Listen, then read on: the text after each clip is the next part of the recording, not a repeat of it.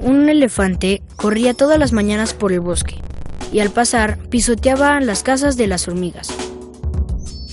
Las hormigas, enojadas, ejecutaron un buen plan para atacarlo desde un árbol. El siguiente día, las hormigas se subieron al árbol y cuando pasaba el elefante, lo atacaron. Y el elefante se sacudió ferozmente y tiró a todas. Una quedó exactamente en su cuello. Las demás, al verla, le gritaron desesperadamente: ¡ahórcalo! ¡ahórcalo! Hacer ciudad.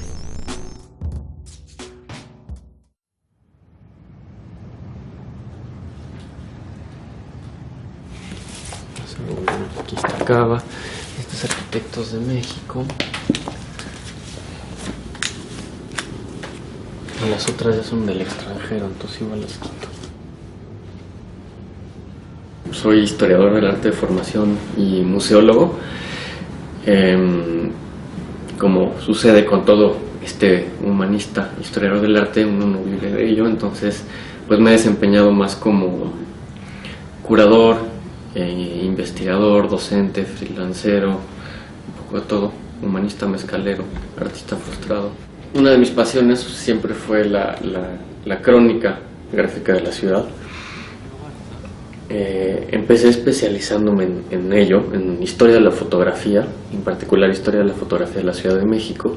Y mi tesis de doctorado ya va parte más sobre estas revistas que ahorita les voy a platicar. Estaba acompañando a mi novia a una librería de viejo, la librería Teorema, que está en Álvaro Obregón, y mientras la esperaba, pues cogí una pila, literalmente pila de revistas, no estaban ni siquiera acomodadas en un estante, estaban así tiradas, y pues me llamó una a la portada, la agarré, la hojeé, que venía siendo uno de los primeros números de Cali, creo que el 5 o 6, pues lo empecé a hojear y me quedé impresionado por la calidad del diseño editorial y por ciertos contenidos que me encontré.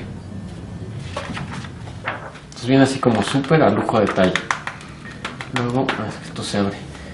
Pues al día siguiente regresé a buscar tantos números como encontrara y a mi grandísima sorpresa estaban 2/3 partes de la revista Arquitectos de México, casi todos los números de la revista Cali y buena parte de otra revista que se llama Cava.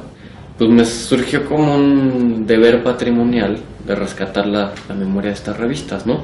En ese entonces, todo el discurso imperante en estas revistas era el del progreso, el de México como la promesa del futuro, ¿no? Y uno ojea las revistas y sí es un boom de la infraestructura, un boom del pensamiento, de la reflexión y de la implicación de los arquitectos en debatir por qué debiera de ser el futuro de la ciudad, qué debieran de ser los derechos del gremio arquitectónico, qué debiera de ser la enseñanza de la arquitectura. Finalmente uno ve todo eso y era realmente el progreso en su pleno auge. Y de repente, ¿qué queda de eso, no? ¿Qué queda de esa promesa? Ya está, ¿no? El crecimiento de la ciudad. ¿Cómo debería de ser el crecimiento de la ciudad comparado con otras ciudades del mundo, ¿no? ¿Cuándo se encuentra hoy día en una revista un artículo que debata sobre cuál deba de ser el crecimiento de la ciudad, ¿no? Y justo antes tiene un artículo sobre multifamiliares. ¿Este es cuál?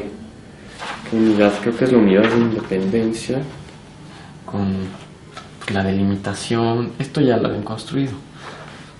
Me encantan estos detallitos. Plástica, ¿no? Y la plástica dentro de la unidad de Independencia. La distribución según las casas, dice. Habitación familiar, casas de 3 recámaras. Habitación colectiva, torre de apartamentos. Torre de apartamentos y cine. Una de las cosas que me interesa es analizar ese lenguaje. Digo, me refiero al lenguaje retórico y discursivo de los arquitectos en las revistas. Y qué subsiste de ello, ¿no? Tanto en el pensamiento de los arquitectos hoy día como a nivel físico, ¿no? Porque luego, digo, para también cerrar la anécdota con mi pasión de las revistas de arquitectura, algo que me fomentó más como la entrañabilidad es que el edificio que aparece en la portada del número 2 de la revista Arquitectos de México tiene el mismo diseño idéntico al edificio donde yo crecí.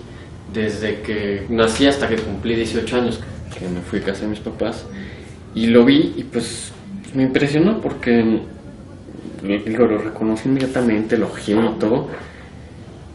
Y si vieran lo que es este edificio hoy día es una pena, probablemente está deshecho. Y para mí es la imagen de lo que sucedió con toda esta utopía, ¿no? Se vino a menos, se vino para abajo, ¿no?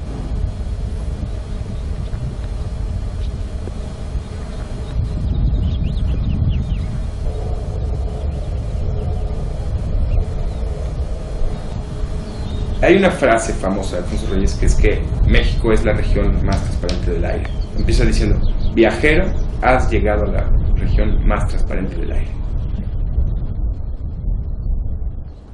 Años después, él mismo dice: pues ya no, ¿qué le pasó? Entonces dice: ¿qué le hicieron a mi valle metafísico?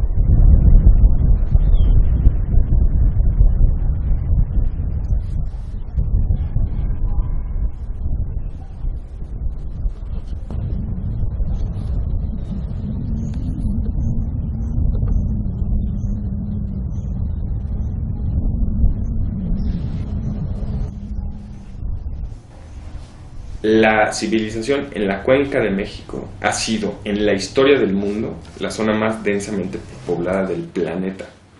¿Por qué? Porque era la zona que tenía el régimen de agua más generoso, adentro de una cuenca cerrada, a una altitud en que los moscos no son tan malos, pero el clima es fabuloso. Hay quien dice que la cuenca de México es algo así como un tesoro geológico. Se le ha llamado Valle de México a esto, que nunca fue un valle, sino que era una cuenca cerrada, que justamente cuando llegaron los españoles y decidieron que había que acabar con el lago, empezar a drenarlo, pues lo hicieron valle, en el sentido que era cerrada y la abrieron hacia el norte, y entonces el agua se empezó a ir hacia el norte y es lo que digamos, pues los gobiernos han perpetrado desde entonces. Cambiar de estrategia siempre ha sido algo que a los políticos les da mucho miedo. Estamos hablando aquí que es una estrategia que tiene 500 años de antigüedad y que por lo tanto tiene una inercia histórica brutal. Pero el lago medía 2.000 kilómetros cuadrados y es más o menos lo que mide la mancha de la ciudad hoy. Es como una explosión. Casi que queda del lago, o sea, queda de humedales lo que había de ciudad. Del proyecto de Nabor Carrillo, que se empezó a construir en los 80s, pero se planteó desde los 60s, solo se construyó menos del 20%, por ahí el 15% de la idea original, que es ese lago Nabor Carrillo, ¿no?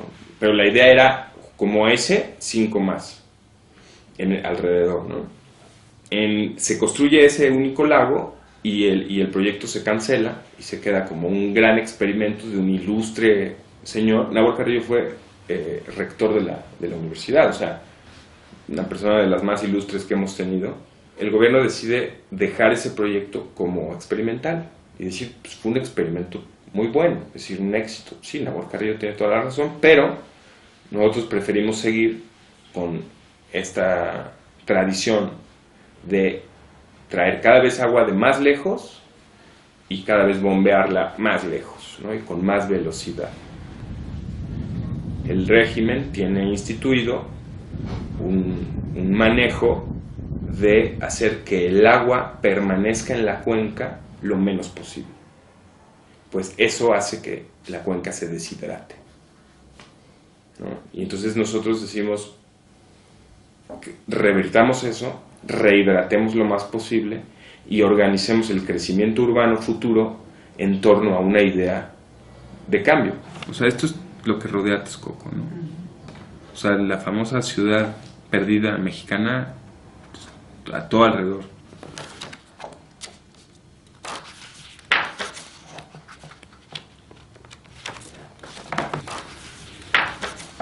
La Ciudad de México no sabe cómo quiere ser. Nosotros tenemos una visión bien clara. Mira, la Ciudad de México debería ser así. Es decir, si a mí me preguntas, así puede ser. Es un proyecto que lleva 15 años y que no se va a detener hasta que se haga, ¿no? De las cosas que más me entusiasmaron fue precisamente las bases de Vasco de Quiroga. Estamos hablando de 1540 y tantos, 20 años después de iniciar la conquista. La ciudad que planeaba él se basaba en Tomás Moro, ¿no? La ciudad de la utopía. Y con 4 reglitas, que decía, yo sigo 4 reglitas. La primera es seguridad, y aparte de mayor seguridad, el segundo punto es el que hemos dicho que se ha abandonado. No necesidad le llamaba. O sea, a que la gente no cumplan sus necesidades y no tenga necesidades. El tercero no le llamaba habitabilidad, le llamaba comodidad. Y abarcaba vivienda, calles, espacios públicos, plazas. Todo le llamaba comodidad, habitabilidad. Y el cuarto, gran belleza. Sí. Eso lo hemos quitado nosotros del renglón. Ya no.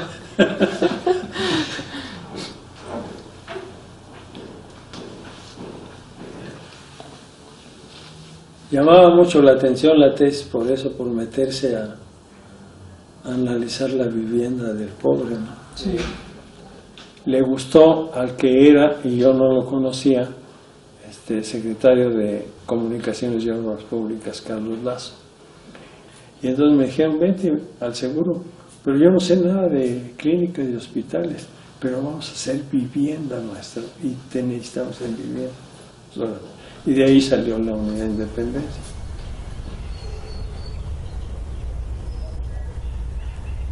Sí, yo creo que sigue siendo un ejemplo la Unidad de Independencia de cómo lograr una convivencia a partir del vecindario, a partir del barrio, a partir de la ciudad. Otro, no es edificar edificios a ver qué pasa, sino un sentido de comunidad. Esto es importante y está perdido.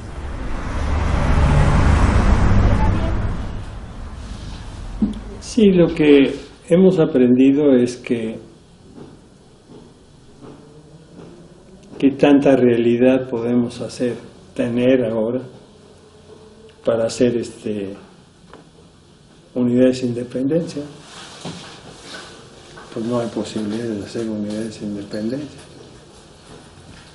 ¿Y cuál es el camino que debemos desarrollar? Pues debemos desarrollar para que en la autogeneración de barrios y viviendas con la gente, pero partiendo ojalá de una política de suelo para que nos ubiquemos en sitios más adecuados.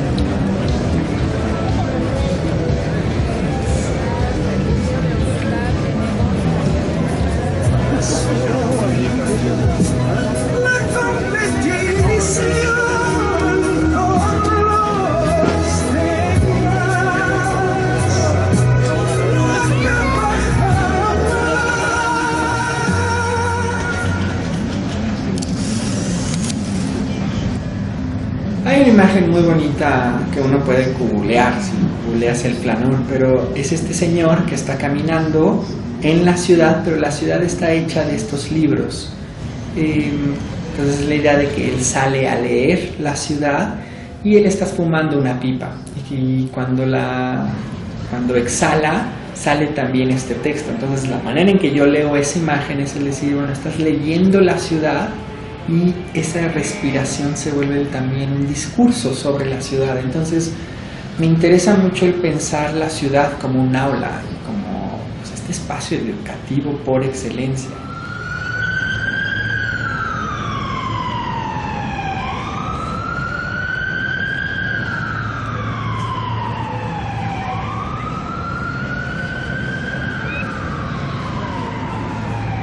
Creo que la ciudad se estudia operando la ciudad.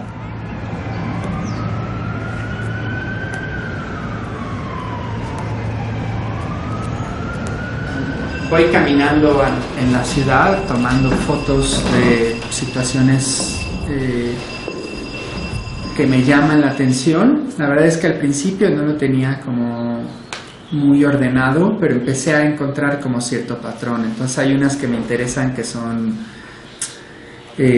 objetos que se abandonan en la ciudad, otra que son el cómo reusar material existente, y las voy recolectando como estas notas de la ciudad. Es una inspiración que no es una inspiración directa de otra arquitectura hecha por arquitectos, sino son estas, o sea, la manera en que la gente se cuelga de un diablito, ese tipo de cosas. Siento que hay una lección ahí en esta informalidad que el arquitecto puede aprender de ella.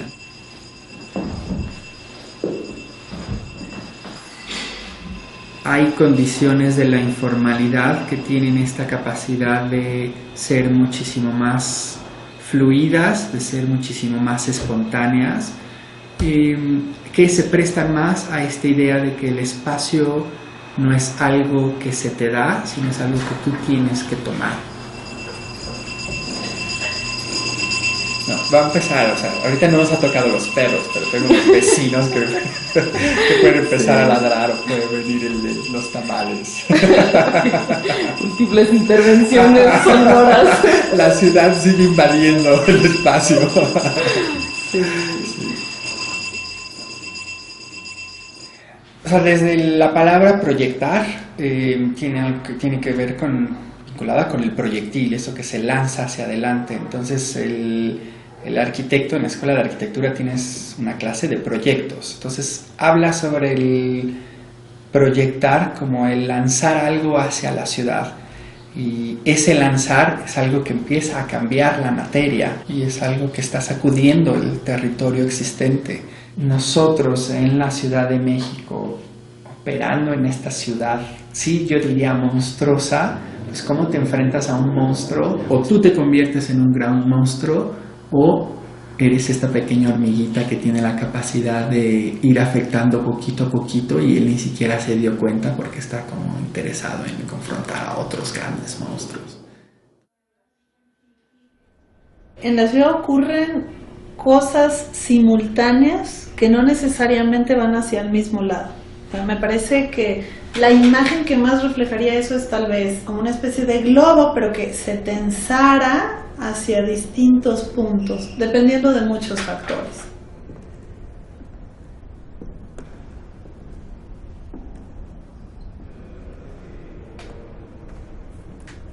Este es como la memoria del despacho, ¿no? Aquí tenemos apilados todos los proyectos que hemos ido haciendo. De repente hay proyectos de los cuales tenemos 6, 10 maquetas, ¿no?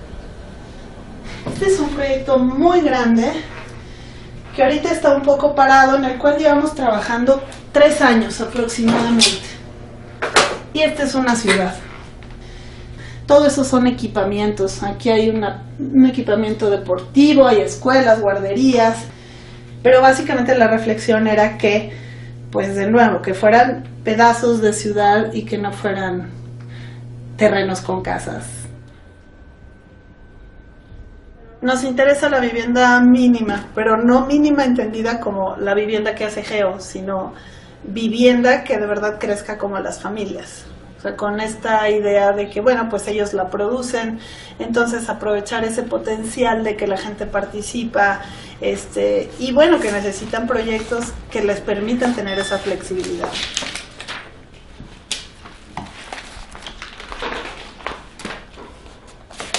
El terreno está por la salida a Puebla. en un barrio que, bueno, realmente es, ¿no?, un sitio que todo se ha ido autoconstruyendo, y ahorita esto es lo que tienen. O sea, la familia tiene una tienda y vive en una casa que tiene nada más una habitación con una cocina y un baño. Nosotros empezamos de alguna manera a trabajar en estos barrios y nos acercamos a las familias y nos dimos cuenta que, bueno, pues obviamente el proyecto de todos era que la casa pudiera crecer al máximo. Esto lo desarrollamos igual que como se hace con un cliente con dinero. Fuimos 4 veces, nos reunimos, les presentamos el proyecto, llevábamos la maqueta, modificábamos, siempre en el entendido de que ellos lo iban a construir y siempre en el entendido que tenían toda la libertad para hacer las observaciones que quisieran hacer. Nosotros sabemos y ellos también saben que este va a ser un proyecto que se va a llevar 20 años. Pero es un sueño y además es un sueño que van a realizar.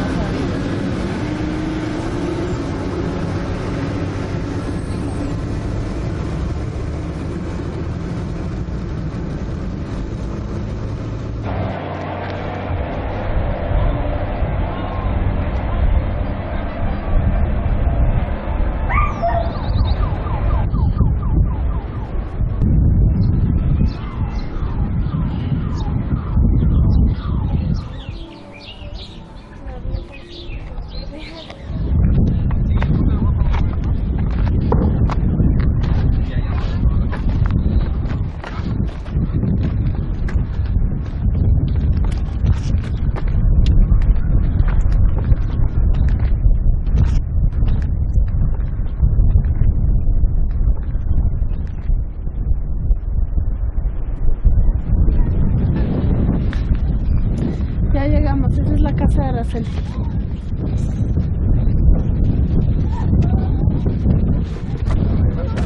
¿Cómo se llamaba? Araceli. Es ella la de la tienda.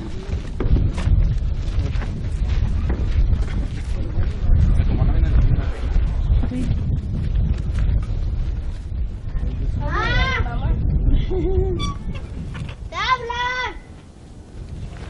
¿Tiene tiempo de que se lo dejemos para dejárselo?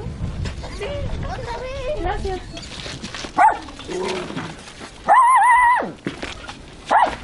Todo esto se lo voy a dejar. Que es una carpeta de la última vez que venimos. Hicimos todas las correcciones aquí y luego pusimos unos planos también para las instalaciones. El criterio siempre fue que la pieza que se ampliara se pasara el comercio y su casa fuera siendo más grande cada vez. Entonces esta es la ampliación número 2. Y en realidad no tiene losa, este es el patio. Aquí donde usted puso su cisterna.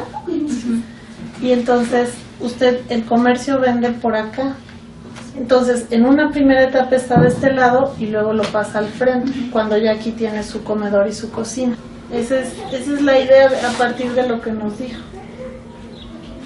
Sí, está bien. ¿Me quiere hacer algunos cambios todavía? No. Creo que la primera barrera es salirse como de un prejuicio de lo que es la profesión y de lo que necesitan las personas. Yo creo que la arquitectura es un servicio.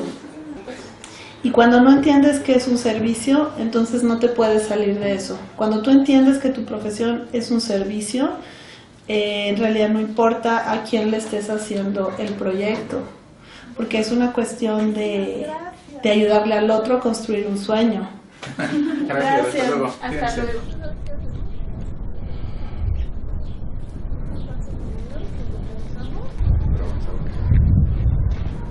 Y así se hace la ciudad.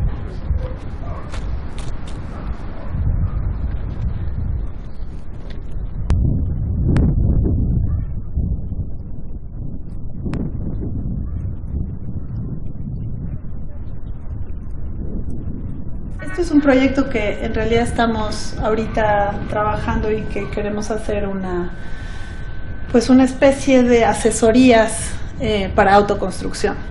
Y lo queremos hacer así como más organizado, más oficial. Entonces estamos estructurando como una ONG que se llama Trueque. Entonces es una especie de centro de intercambio profesional. Y la verdad lo hicimos por gusto. Algunas veces lo hicimos con un equipo de alumnos, como un trabajo de taller de la clase de proyectos, y algunas otras veces lo hicimos pues nosotros, ¿no? De manera profesional, que fuimos ahí un par de veces, con otro amigo que también lleva mucho tiempo trabajando ahí en estos barrios, que se llama David Mora. ¿Qué onda? A los primer año estaban estos cuartos que les digo que es el cuarto que empezaron a vivir ellos, que vendría siendo ahora la cimentación. Se fueron construyendo los cuartos y ellos fueron entonces habitándolos. En este caso ellos se han ido mudando de cuartos conforme van necesitando los espacios o cómo van ellos construyendo los espacios. Entonces, todas las casas aquí, todas, sin excepción, tienen ese sistema. No hay ninguna que, o sea, prácticamente el 100% de las personas construyen cuarto por cuarto y van generando las habitaciones.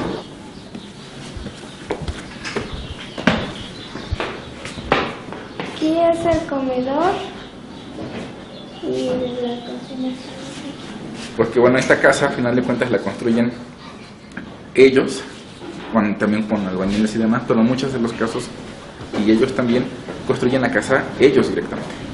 Uno como arquitecto a final de cuentas nada más va dirigiendo la obra, pero uno no se pone a pegar ladrillos, y ellos en ese sentido construyen la casa literalmente con sus manos. Y es una de las razones por las cuales cuando construyen ellos sus casas es difícil que las vendan, son sus casas. Este es el cuarto de los niños. Hay un dato bien fuerte donde dice que el 80% de la gente construye sin arquitecto. Y hay un montón de arquitectos sin empleo. Entonces dice, bueno, uno, ¿qué onda con la desconexión? ¿No? Están hablando de 8,000 casas aquí, más o menos. 8,000 viviendas. Yo he asesorado aproximadamente 500. ¿No? Pero, pues bueno, estamos hablando de un mundo de casas que... Pero todas esas no tienen asesoría de nada. De nada. Entonces, claro, las personas pues están ávidas de este asesoramiento.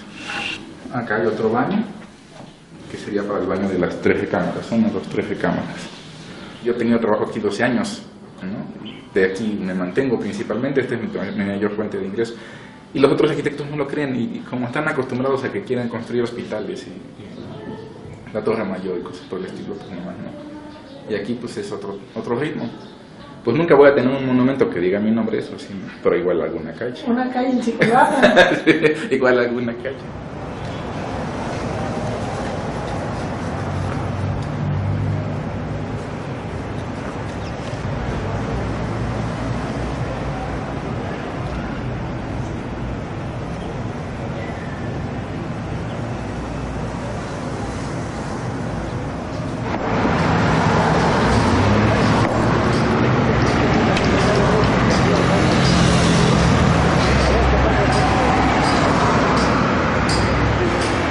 Creo que la Ciudad de México sigue siendo una ciudad fascinante. Yo no sé si bella sea la palabra. Por supuesto que tiene cosas muy bellas dentro de ella, pero también ya es algo tan caótico, tan grande, tan una ciudad dentro de muchas ciudades, que es fascinante en tanto... Es como la mujer barbuda del circo, como decía Juan Villoro, ¿no? Nos enamoramos de la... Tiene un texto muy bonito así, que dice que nos enamoramos... Vivir en la Ciudad de México es enamorarse de la mujer barbuda. Y aquí no aparece, por supuesto que para nada, como una mujer barbuda, ¿no? Aparece como la mujer más bella que haya visto en su vida. Entonces, pues sí, a la vez uno le crea cierta entrañabilidad, pero es una entrañabilidad más de afecto, ¿no? De yo amo esta ciudad, pero no una entrañabilidad porque yo así la conozca. O sea, uno la ve y dice, esta no es la ciudad que me tocó a mí, ¿no?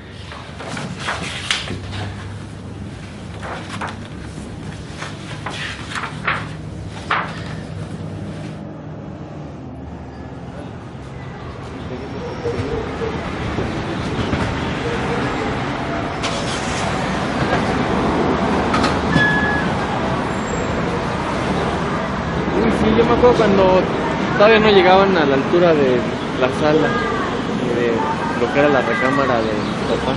Ahorita ya tapan.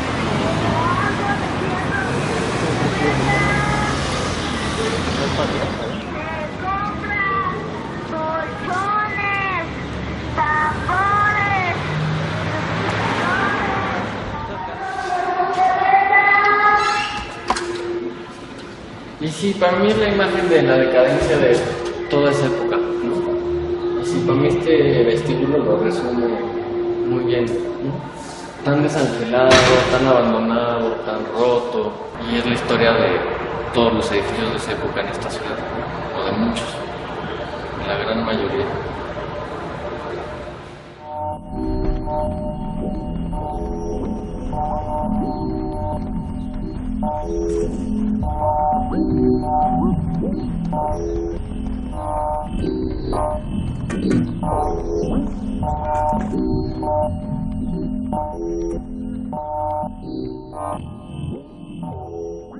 Nosotros somos principalmente arquitectos, pero hemos trabajado con un montón de muy diversos científicos, ¿no? Tenemos un estudio que lo realizamos hace como 10 años con apoyo del Instituto de Ciencias de la Atmósfera de la UNAM, que es que ellos nos ayudaron a modelar en computadora qué tal que hubiera un lago de 15.000 hectáreas ahí en Texcoco de agua. ¿Qué pasaría con la atmósfera? Y pues los resultados son impresionantes. O sea, resulta que un lago de ese tamaño ahí generaría, así en pocas palabras, como un 30% de mejoramiento en la calidad de la atmósfera. Tú podrías noquear por ahí del 70% de las partículas suspendidas, porque la mayor parte de las partículas suspendidas vienen de la cama desnuda del lago de Texcoco. Hay unas zonas de antiguo lago, es decir, unas zonas donde había antiguamente lago, por lo tanto tienen suelo lacustre que no tienen ciudad. Y en esas zonas nosotros es que decimos pues, que haya agua. Pues se trata de proponer o se trata de promover la estadía más larga del agua en la cuenca. O sea, inundar la más parte posible con agua tratada del antiguo lago de Texcoco. Como solución, digamos, a ayudar a abatir el hundimiento, a abatir la pérdida de humedad de las arcillas, y luego que además servía para manejar inundaciones y para otras cosas.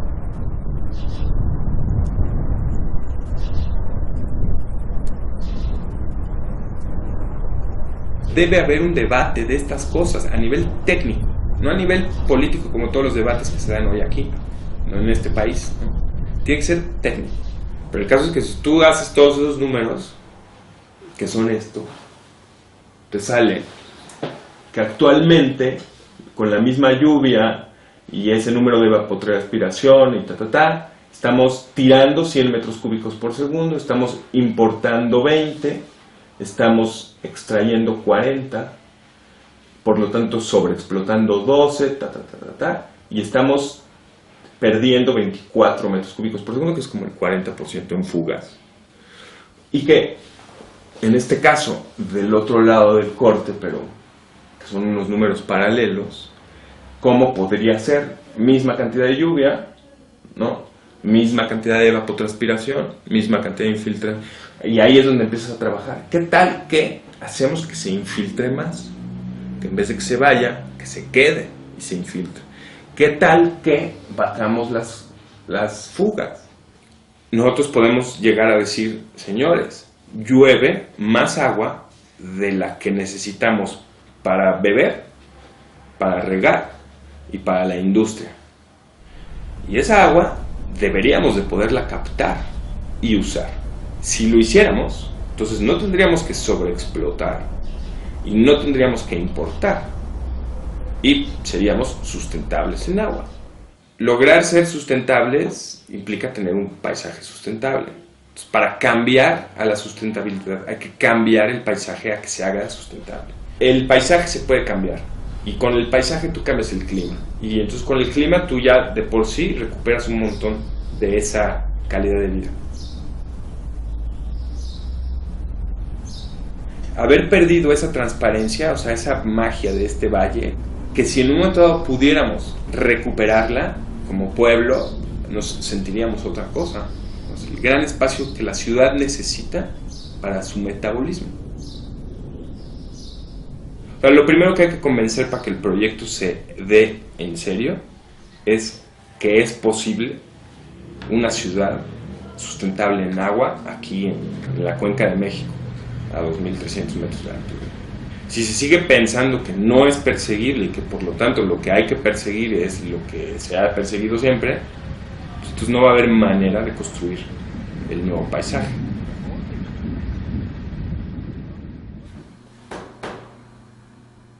Nos gustaba esta idea como de la arquitectura dado, va girando y va cambiando.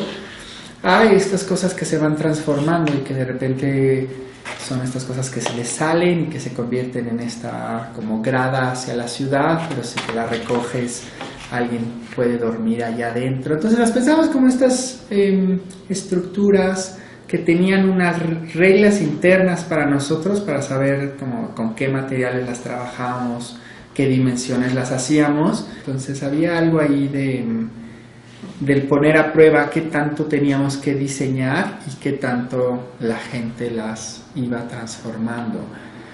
Pero ya como, o sea, ahorita estamos trabajando más esta es la última pieza que estamos trabajando. Sigue teniendo esta idea como del marco, como andamiaje, pero se va a convertir en esta pequeña biblioteca donde la gente va a donar los libros y que se puede sentar en esta escalera que funciona como un acceso entre A y B, pero que empieza a tener estos como deditos que se extienden hacia la ciudad para generar pues una banquita, una barra, etcétera, etcétera.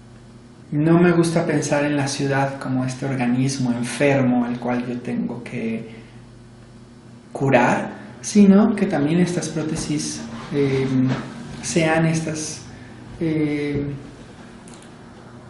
adiciones a la ciudad que le permiten a la ciudad dar nuevos servicios al usuario, generar nuevas interacciones de la ciudad con el ciudadano. Sí, para mí siempre se me ha hecho más fácil empezar un proyecto haciéndome una pregunta muy general donde mi proyecto no la va a responder, sino es una de esas múltiples posiciones. Entonces una de las preguntas es ¿cómo conquistas el espacio público? Y bueno, que pues puedes trazar una línea, puedes agarrarte de algo ya existente, puedes... Entonces nada más son como estos pequeños ejercicios que me permiten seguir cuestionándome todas las posibilidades de responder esa pregunta. No se vaya para atrás, no vas a cargar, no van a cargar el chofer.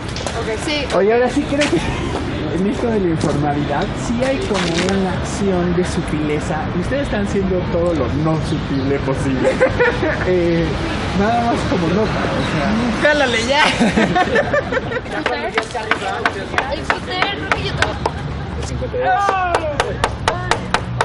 Están ofendidos por si en algún momento se establecen unos parámetros de ética y si lo que estamos haciendo está afectando negativamente la ciudad. El ejercicio principalmente tenía que ver con la idea del parásito como este organismo que se alimenta de algo más, que vive a partir de algo más. Entonces tenían que generar un refugio para indigentes con material recuperado que se estructurara a partir de elementos ya existentes de la ciudad.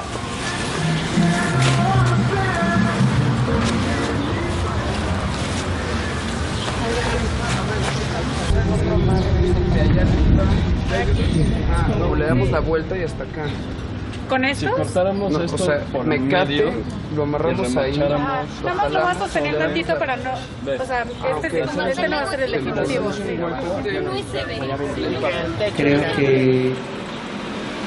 que sería un error pensar en que la academia se separa como de la idea de la vida real. Me gusta como nuevamente transgredir esos límites y pensar que ya ellos están trabajando directamente sobre la ciudad sin tener el diploma de arquitecto.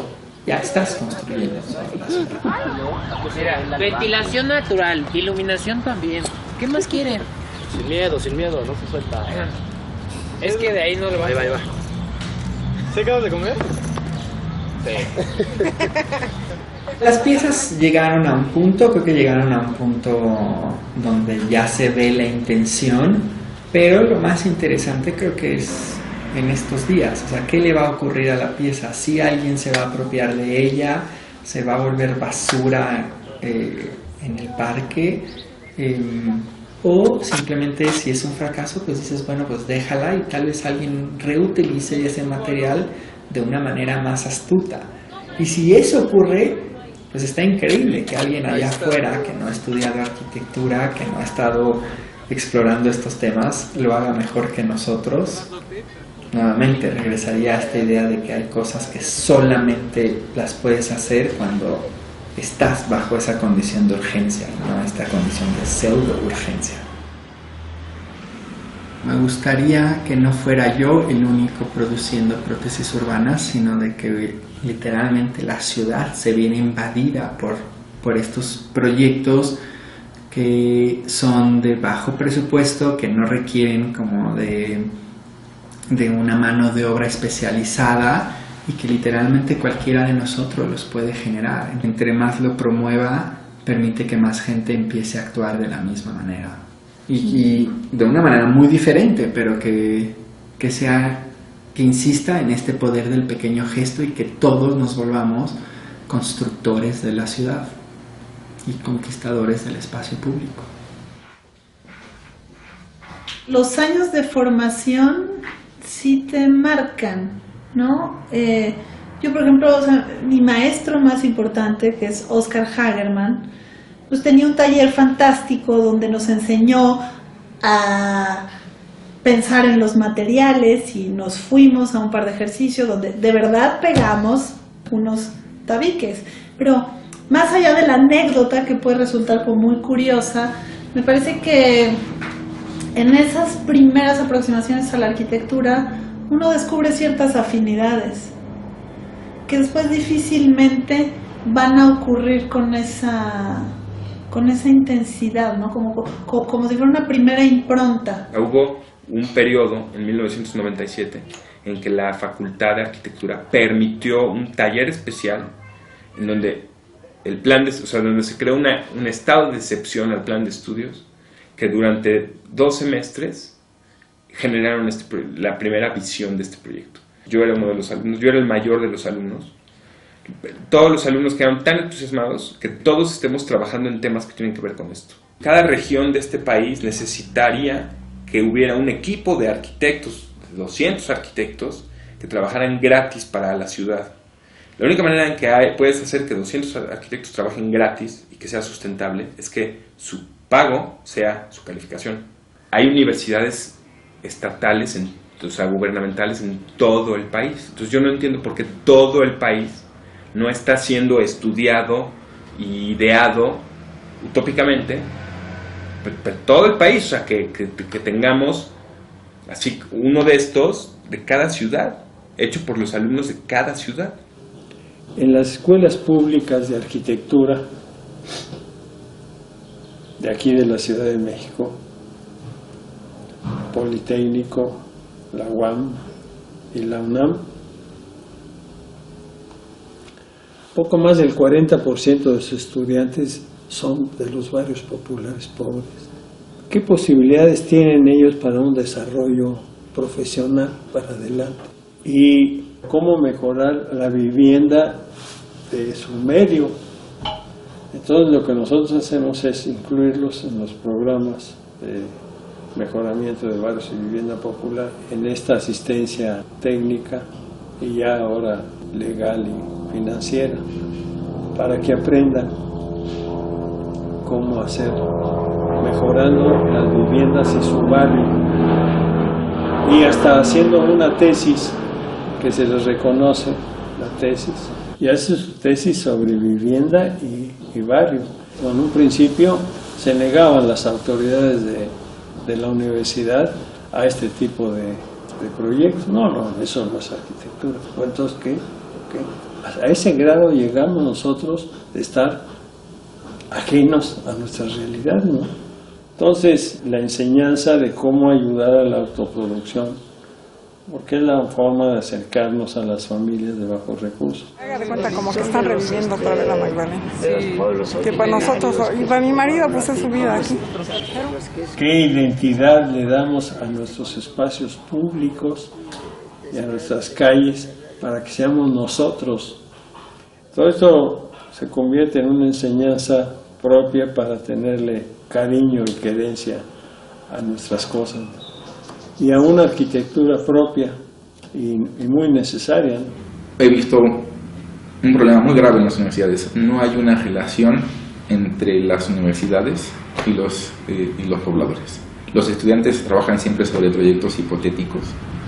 Se necesitan 700.000 viviendas anuales, ¿no?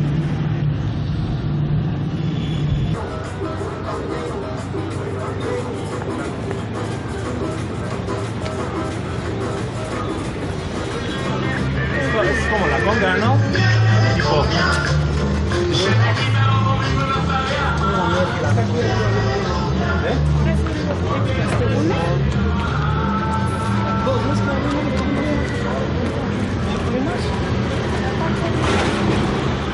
No, es la otra. No, es esta. ¿De esta? Sí.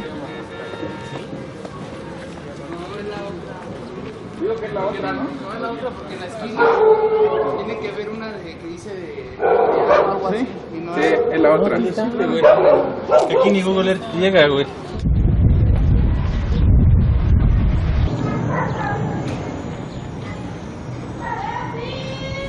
Pues a los alumnos que tengo me los llevo a trabajar directamente con los pobladores, pues entonces es un beneficio por los tres lados. La persona que les tocó a ustedes ya me pidió venir, pero algo así, algo semejante pasó. A los pobladores se les hace su diseño de gratis. Los alumnos aprenden bien, ¿no? Es decir, aprenden con un cliente real, aprenden sobre un ejercicio real. Además, ese trabajo curricularmente después les funciona para entrar a cualquier despacho o poner ellos su propio despacho, que es a lo que yo les incito siempre, que trabajen ellos por su cuenta. Y la tercera función es que, a final de cuentas, también para mí esos proyectos se vuelven parte de mi base de datos. Aproximadamente ya como 20 alumnos han logrado poner estos como consultorios arquitectónicos. Les llaman ellos, todos le llaman consultorios, pero a lo mejor no le llaman arquitectónicos, sino consultorio de vivienda, consultorio de edificación, pero todo se llama consultorio, ¿no? Entonces, y lo han puesto en sus colonias. De alguna manera, digo, tal vez no son muchos, pero es un principio. Sí. Buenas tardes. No, de hecho Como les digo a mis alumnos, al final de cuentas el principal competidor de un arquitecto no es otro arquitecto, es el albañil. El albañil es el que nos quita el 80% del trabajo. Y todo porque nosotros no sabemos primero ni cómo llegarle a la gente, ni tampoco sabemos cómo interpretar los deseos de la gente, y tampoco tenemos, somos de repente los arquitectos son muy soberbios y decir, bueno, es lo que yo diga y se acabó, ¿no? El albañil hace lo que el cliente diga.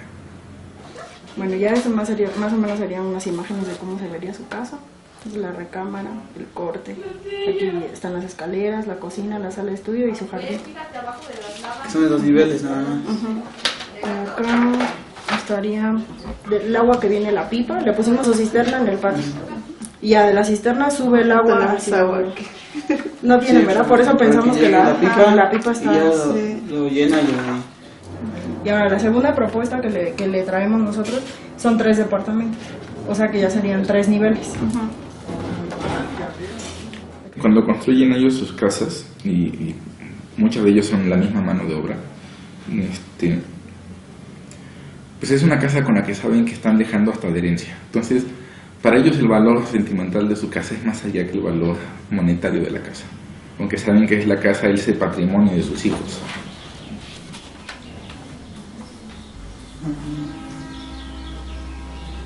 Ojalá ojalá construyan lo antes posible, ¿verdad? Para que vean que tenemos que trabajar y construir un cero. Ahora ¿Son de la universidad? Sí, de la UAM. La UAM. Xochimilco. Felicidades, yo no pude. La casa entonces no nada más es la casa es la historia familiar, porque al final de cuentas saben que iban a vivir, ahí empezaron a construir y ahí van a morir. Si la tienen mejor construida, bien diseñada, pues ellos saben que están diseñando no una casa sino su vida. Para ellos es lo más importante que pueden tener, es lo más importante que puede haber para ellos, aunque al final de cuentas ellos no salen de paseo, no tienen lujos. Su meta en la vida es su casa. Será feo lo que sea, pero construimos. Pero sí, cuando llegamos sí se andaba volando mi techo. No, pero sí quedó muy padre, la verdad, gracias. No, de nada.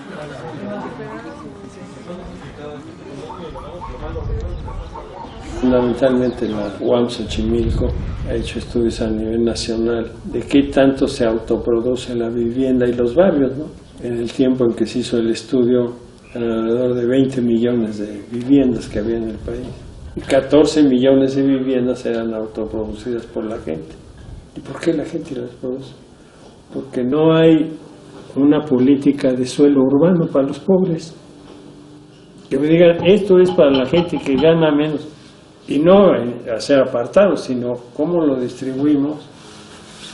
La gente tiene que invadir, pues es el 60-70% de la mancha urbana está realizada sobre terrenos que fueron invadidos, ya regularizados, ya con muchos. Y está demostrado que cuesta 3 veces más que haber comprado el terreno más caro y haber hecho una urbanización adecuada, que a través del procedimiento. No lo hemos arreglado hasta la fecha. No hay una política de suelo. Todos los planes de desarrollo son para los que tienen recursos.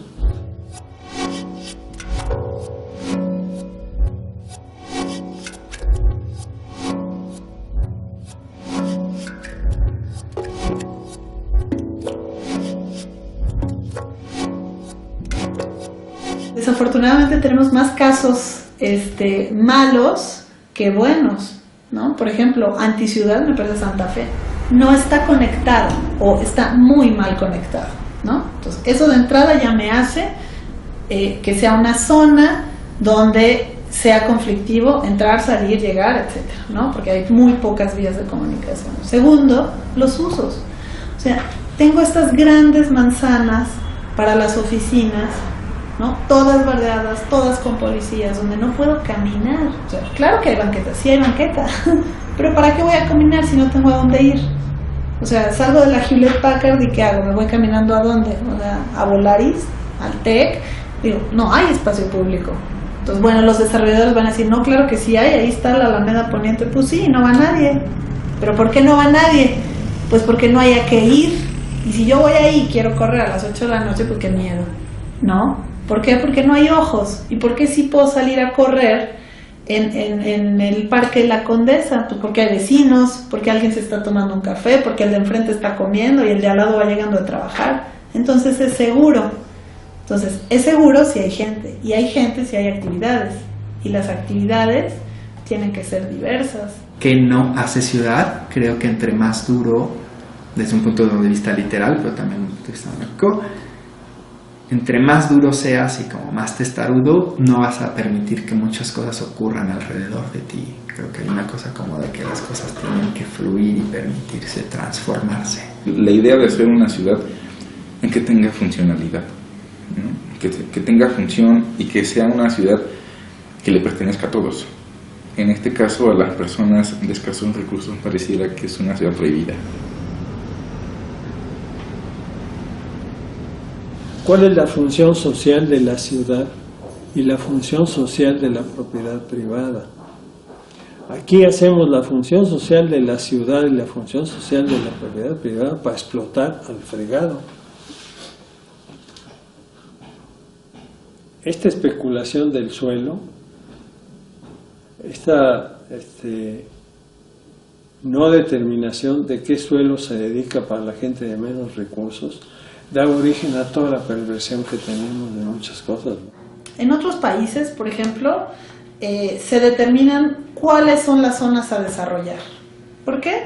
Pues en función de polos económicos, de factibilidades, de agua, de vialidad, de muchas cosas. Entonces se dice, bueno, estos son los polos que queremos desarrollar o las zonas, y entonces invitan a los inversionistas a que metan su dinero en A, B o C.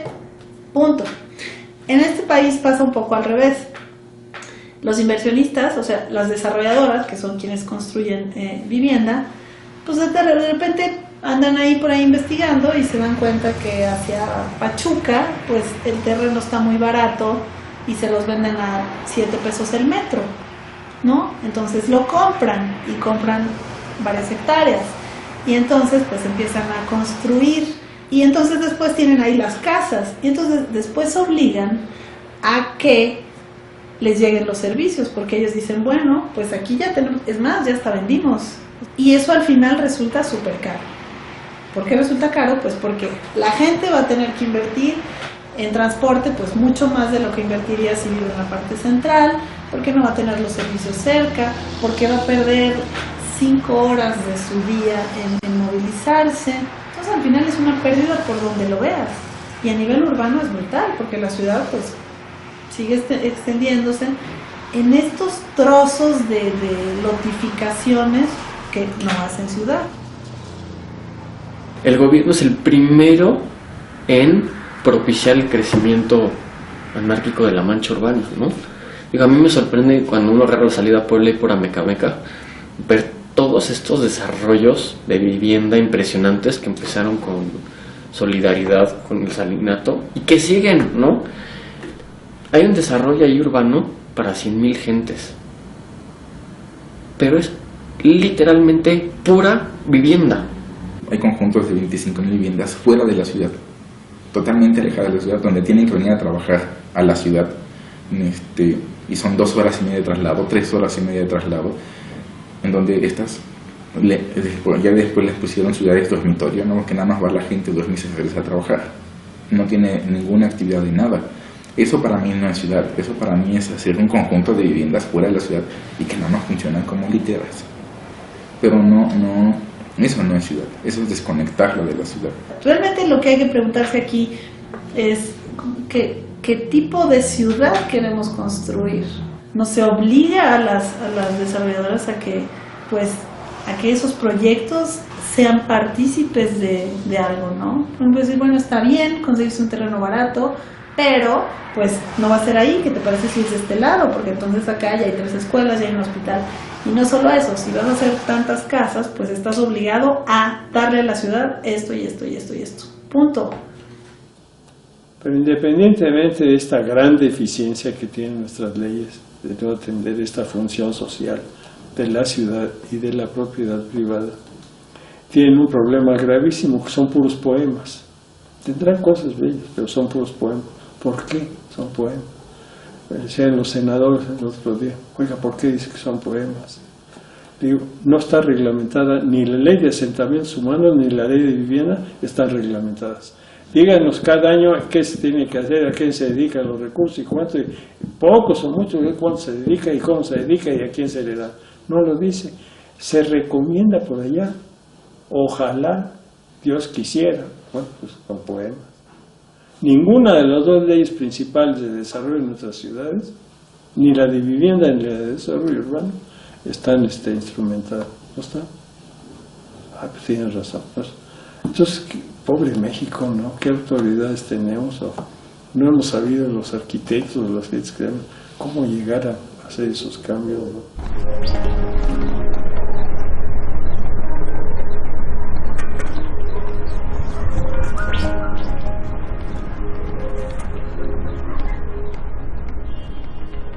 A final de cuentas, durante milenios, los pobladores han construido sus propias casas y son los pobladores los que hacen la ciudad.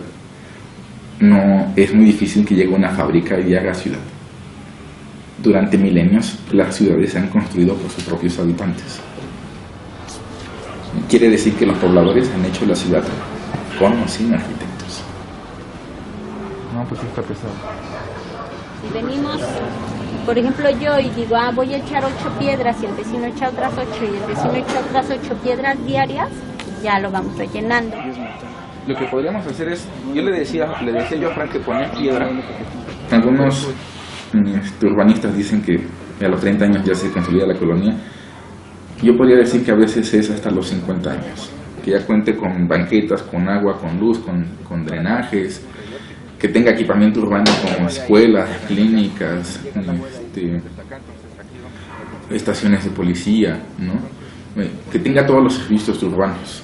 Como no pagan impuestos estas personas, porque son terrenos irregulares y son invadidos, entonces el municipio no se hace cargo de nada de esta asistencia técnica. Si ellos tienen broncas en drenaje, pues que lo solucionen ellos. Si ellos tienen broncas en agua, pues que lo solucionen ellos. Entonces la gente termina solucionando todos sus servicios de manera de autoproducción, ¿no? De autoconstrucción. Entonces, ¿qué es lo que pasa? Que al no ver ninguna asistencia de ningún urbanista, ingeniero, topógrafo o demás, pues el único que estaba más o menos con idea de trabajo, de cuestiones de construcción, pues era yo, que era el arquitecto que conocían en la colonia. Entonces la gente me empezaba a preguntar, oiga, arquitecto, aquí, como es costumbre, oiga, aquí, ¿dónde ponemos el tianguis? No, pues yo creo que ahí en esa calle, que es la que está pavimentada y que es más o menos la que menos estorba y la más céntrica, entonces me empezaban a preguntar, oiga, aquí, y si la iglesia la movemos del lugar, bueno, pues yo creo que podría ser una idea, pero ya tienes construido. Entonces me empezaban a preguntar sobre cosas ya urbanas, que bueno, al final de cuentas, aunque no es la especialidad de uno, tiene que uno aprendiendo con el tiempo, y además pues, era el técnico más cercano a saber este tipo de soluciones. Una de las cosas que se generó aquí en Chicolapan, que generamos, en que estuviera la escuela, la iglesia y el mercado juntos. Entonces se generó un centro urbano.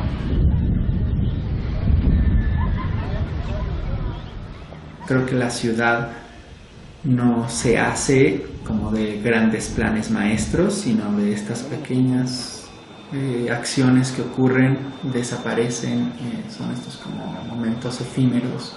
De si empiezas a sumar la idea de que 100 personas, 1000 personas, 10.000 personas empiezan a hacer pequeñas intervenciones en la ciudad, y son estas intervenciones no planeadas, sino esta creatividad que surge por una necesidad muy específica, de repente esa suma empieza a generar como todo un ejército de guerreros urbanos que van transformando la ciudad a unas necesidades muy particulares. Se habla mucho en la arquitectura como del arquitecto como este estratega de la ciudad, pero me gusta más pensar en el arquitecto como este soldado táctico que literalmente va llevando a cabo una estrategia, pero que va respondiendo a las situaciones con las que se confronta inmediatamente.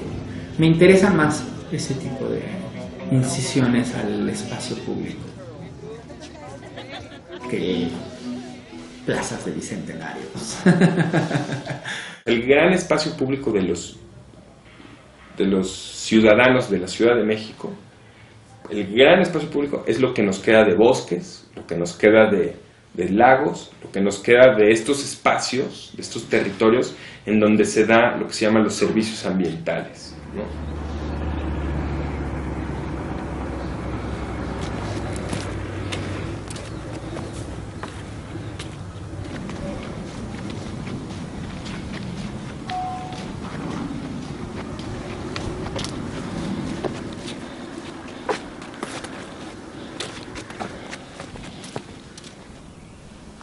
Ya llegamos a la parte formal del palacio.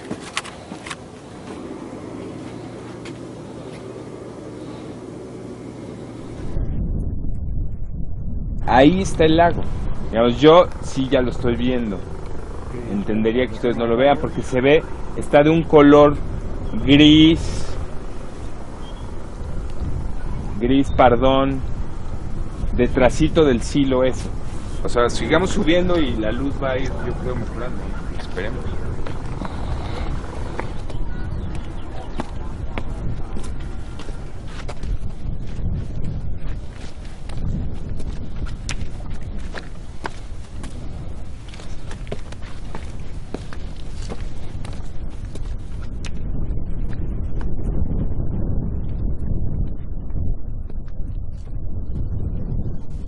Haz de cuenta, esa estructura de terrazas, pues es la natural, ¿no? Es la topografía, lo lógico. Pero tal cual está conectado, ¿no? Pero lo que sí que, el palacio, su posición, su orden, su todo es para conducir agua. Por eso se llama los baños. Él hacía que el agua llegara del manantial, que el manantial sé que ya no es manantial, se agotó, ¿no? Y pasaba por ahí el agua en su camino, regando los jardines en Nezahualcóyotl hasta el lago.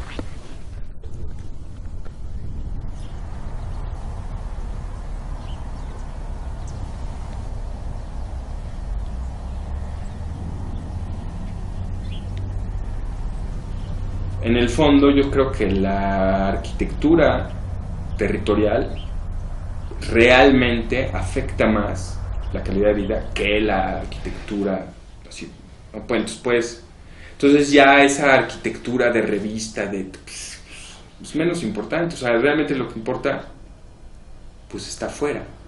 Es claro que no somos una sociedad que maneja su territorio. Aquí los dioses son los que manejan el territorio. Y hoy en día, la humanidad sabe manejar el territorio. Los aztecas sabían manejar el territorio. Entonces, que nosotros no estemos manejando nuestro territorio a nuestra conveniencia, así como nosotros queramos, pues es patético, es terrible, es increíble.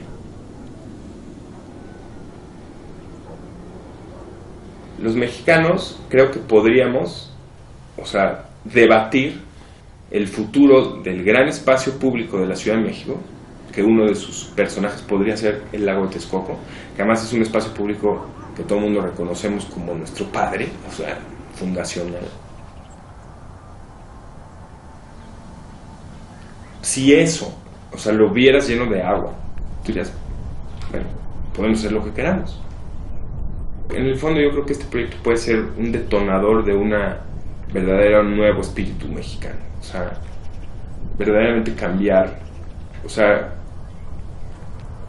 puede venir un renacimiento social.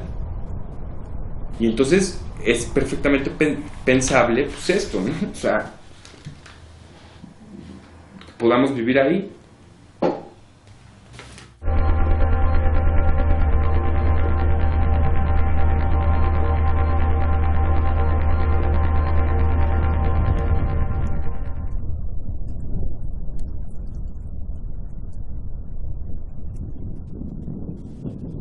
La ciudad está muy ligada a la discusión de las ideas en torno a sí misma. Idealmente hacer ciudades es hacer lo que todos consideremos que es mejor para todos. Hacer ciudades, transformar el paisaje a un paisaje que todos deseemos, ¿no? Eso es hacer ciudad, pero no la hace una persona, sino que la hacen la comunidad. Empiezan a mejorar su entorno, modificar su paisaje a uno más productivo y más confortable. Hacer ciudad es hacer una ciudad que dignifique la calidad de vida de todos sus habitantes. Para mí el hacer ciudad es el constantemente estar reconquistando, reconfigurando el espacio público. Creo que la ciudad, por lo menos como cuando yo la observo, la siento como como baile entre el usuario y lo puro, como la arquitectura. Es como esta negociación entre cómo se mueve la gente entre lo urbano. Entonces creo que tiene que ver con esta vinculación con el pequeño gesto. Creo que el hacer ciudad es algo que se hace día con día a través de un ritual, y es algo que hacemos los arquitectos, los diseñadores, pero también todos los habitantes de la ciudad. Entonces para mí es esta como colaboración colectiva donde todos día con día hacemos ciudad. Hacer ciudad tiene que ver con todos los temas, como un pastel 1000 hojas, que participan en la ciudad. Hacer ciudad es generar encuentros, hacer ciudad es la diversidad. La vivienda es la célula de toda ciudad. Sin vivienda no hay ciudad, porque al final de cuentas cada familia es una forma diferente de vivir la vida, ¿no? en una casa se vieron de mucho lujo porque me vieron que en la azotea se les diseñaron un mirador. Como se ve toda la Ciudad de México, entonces tuve que diseñarles un mirador. Y el mirador fue así como, ellos se lo imaginaron con duela, así como en las películas, pero se imaginaron un mirador tipo japonés, así como el de Karate Kid. Aunque me pusieron la película de Karate Kid para decirme que querían algo semejante a eso. Yo creo que hacer ciudad es empezar por un acto de autocrítica, ¿no? A ver, ¿qué tiene mal mi ciudad? Y no forzosamente una autocrítica visceral en que, ay, esto ya es horrible, no. Ok, a ver, aprender a amar a la mujer barbuda y cómo hago para que, pues, a lo mejor no dejes en una ciudad mujer barbuda porque así me gusta, ¿no? Pero que sea vivible, que sea... Digo, creo que tenemos un potencial para que esta ciudad sea una ciudad envidiable. Yo creo que los problemas son potenciales y creo que ahí es donde se encuentran las cosas como más interesantes para hacer. Entonces, en esta ciudad y en este país hay un montón de potencial. O sea, cuando tú hoy vas y ves ese desierto, pero sigues oyendo las mismas estaciones de radio que oyes en la ciudad, no estoy, es como un continente nuevo, pero ves la ciudad a lo lejos, ¿no? Creo que hacer ciudad es primero vivir la ciudad siendo consciente de que uno es un órgano de ella. Desde gestos tan simples y tan sencillos hasta la idea de proyectar ambiciones o nuestros deseos como habitantes de qué es lo que nos gustaría que fuera esta ciudad, proyectarlo ya a un nivel macro. La ciudad futura, o sea, es una visión que si bien es lejana o aparentemente difícil de alcanzar, científicamente es alcanzable cada centímetro de ella. Y lo que importa es que decidamos perseguirla y que nos movamos de la distopía a otro territorio. Entonces el otro camino es la utopía, donde el paisaje que se modifique es el paisaje del imaginario.